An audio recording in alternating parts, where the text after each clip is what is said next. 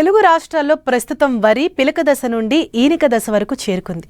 అయితే ప్రస్తుత వాతావరణ పరిస్థితుల కారణంగా వరికి వివిధ రకాల చీడపీడలు ఆశించినట్లు శాస్త్రవేత్తలు గుర్తించారు. ముఖ్యంగా అగ్గి తెగులు, కాండం కుళ్ళు తెగులు, మామిడికాయ తెగులు ఎక్కువగా ఆశించి నష్టం కలగజేస్తున్నాయి.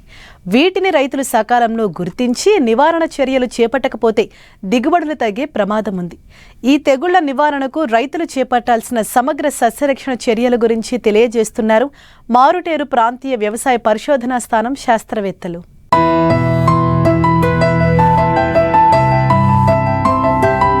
వివిధ ప్రాంతాల్లో వరి పైర్లు ప్రస్తుతం ఈనిక దశకు చేరుకున్నాయి. అయితే ప్రతికూల వాతావరణ పరిస్థితుల కారణంగా వివిధ రకాల తెగుళ్లు వరి పైరుకు ఆశించాయి. ఇప్పటికే చాలా చోట్ల అగ్గి తెగులు, కాండంకుళ్ళు, మామిడికాయ తెగులు ఆశించినట్లు శాస్త్రవేత్తలు గుర్తించారు. అధికంగా ఎరువులు వాడటం వల్ల కూడా అగ్గి తెగులు ఆశిస్తుంది. ఈ తెగుళ్ల వల్ల ఆకులపై నూలుకండె ఆకారపు మచ్చలు ఏర్పడతాయి. ఉధృతి ఎక్కువైతే మచ్చలు ఒకదానితో ఒకటి కలిసిపోయి పైరు కాలిపోయినట్లు కనిపిస్తుంది. కంకి దశలో వెన్నులో మెడవిరిగి తాలుగింజలు ఏర్పడతాయి. దీనివల్ల దిగుబడులకు తీవ్ర నష్టం వాటిల్లుతుంది. ఈ తెగుళ్ల నివారణకు రైతులు ఎలాంటి సమగ్ర యాజమాన్య పద్ధతులను చేపట్టాలో తెలియజేస్తున్నారు పశ్చిమ గోదావరి జిల్లా మారుటేరు ప్రాంతీయ వ్యవసాయ పరిశోధనా స్థానం సీనియర్ శాస్త్రవేత్త డాక్టర్ రాంభద్రరాజు. ఈ దాల్వా సీజన్లో వరి పంటను ఆశించు ప్రధాన సమస్యల్లో అగ్గి తెగులు, కాండం కుళ్ళు తెగులు, దీన్ని దుబ్బు తెగులు కూడా అంటారు. దాంతోపాటు మామిడికాయ తెగులు. ఈ తెగుళ్ళు కూడా, ఈ మూడు తెగుళ్ళ వలన కూడా వరి సాగుకి ఖర్చు పెరుగుతుంది.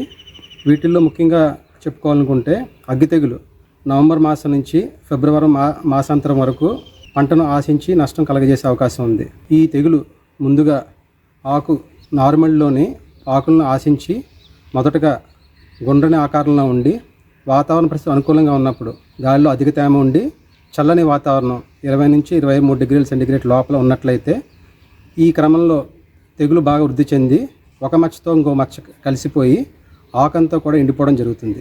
దూరం నుంచి చూసినప్పుడు తగులుబాటున్నట్టుగా కనిపిస్తాయి కాబట్టి దీన్ని అగ్గి తెగులు అంటారు. ఈ తెగులు సాధారణంగా నార్మల్లో కానీ పంటకు కానీ విత్తనాల ద్వారాను, గట్లపై ఉండే కలుపు మొక్కల ద్వారాను మరియు ముఖ్యంగా గాలి ద్వారా సోకి పంటకు నష్టం కలిగిస్తుంది. అధిక నత్రజని వాడిన ప్రాంతాల్లో లేదా పొలాల్లో ఈ తెగులు ఉధృతి ఎక్కువగా ఉండే అవకాశం ఉంది. తెగులు నివారణకు ముఖ్యంగా అందుబాటులో ఉన్న మందుల్లో ట్రైసైక్లోజన్ అనే మందు అయితే 6 గ్రాములు 10 లీటర్ నీటికి, లేదా ఐసోప్రోథైలైన్ అనే మందు అయితే 15 ml 10 లీటర్ల నీటికి, లేదా కాసుగామైసిన్ అయితే 25 ml 10 లీటర్ల నీటి చొప్పున పిచికారీ చేసుకోవాలి.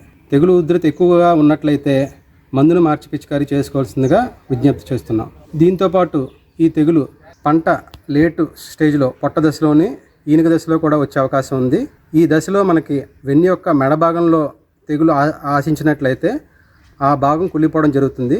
కుళ్ళిపోయిన భాగం నల్లగా కనిపించడం, కుళ్ళిన భాగం విరిగిపోవడం వల్ల ఆ వెన్ను ఏలాడుతూ కనిపిస్తుంది.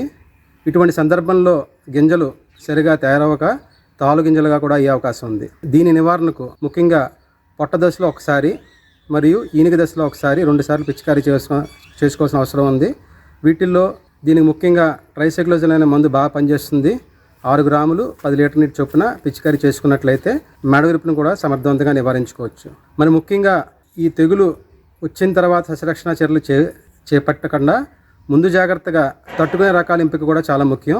ముఖ్యంగా మనకు అందుబాటులో ఉన్న MTU 1121, 1153, MTU 1156, అలాగే NDLR 7 రకం, అలాగే నెల్లూరు నుంచి విడుదలైన NLR 34449 అనే రకం ఈ తెగుల్ని సమర్థవంతంగా తట్టుకుంటాయి. కాబట్టి ఈ రకాలను సాగు చేయడం వల్ల ఈ తెగుల యొక్క ఉధృతిని మరియు నష్టాన్ని చాలా వరకు నివారించుకోవచ్చు.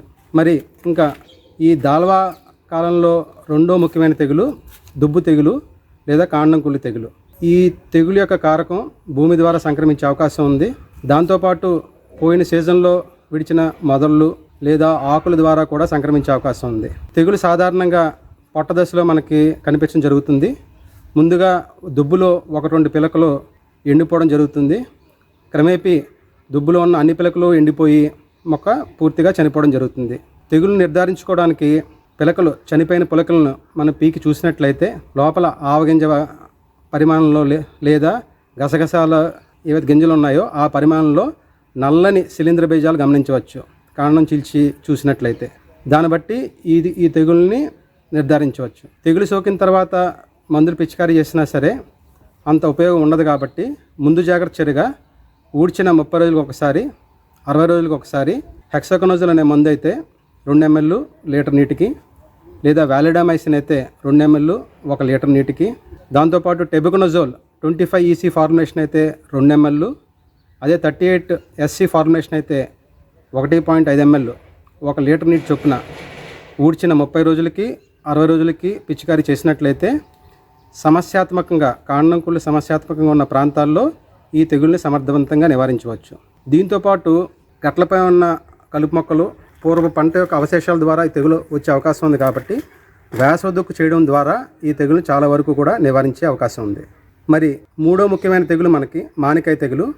మానికాయ తెగులు సాధారణంగా గింజ పాలు పోసుకునే స్టేజ్లో మనం గమనించవచ్చు.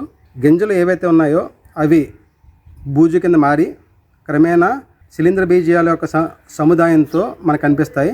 ముందుగా ఆరెంజ్ రంగులో ఉంటుంది, తర్వాత క్రమేణా ఆకుపచ్చ రంగుకి నల్లగా మనకి మారి మానికాయలు కనిపిస్తూ ఉంటాయి.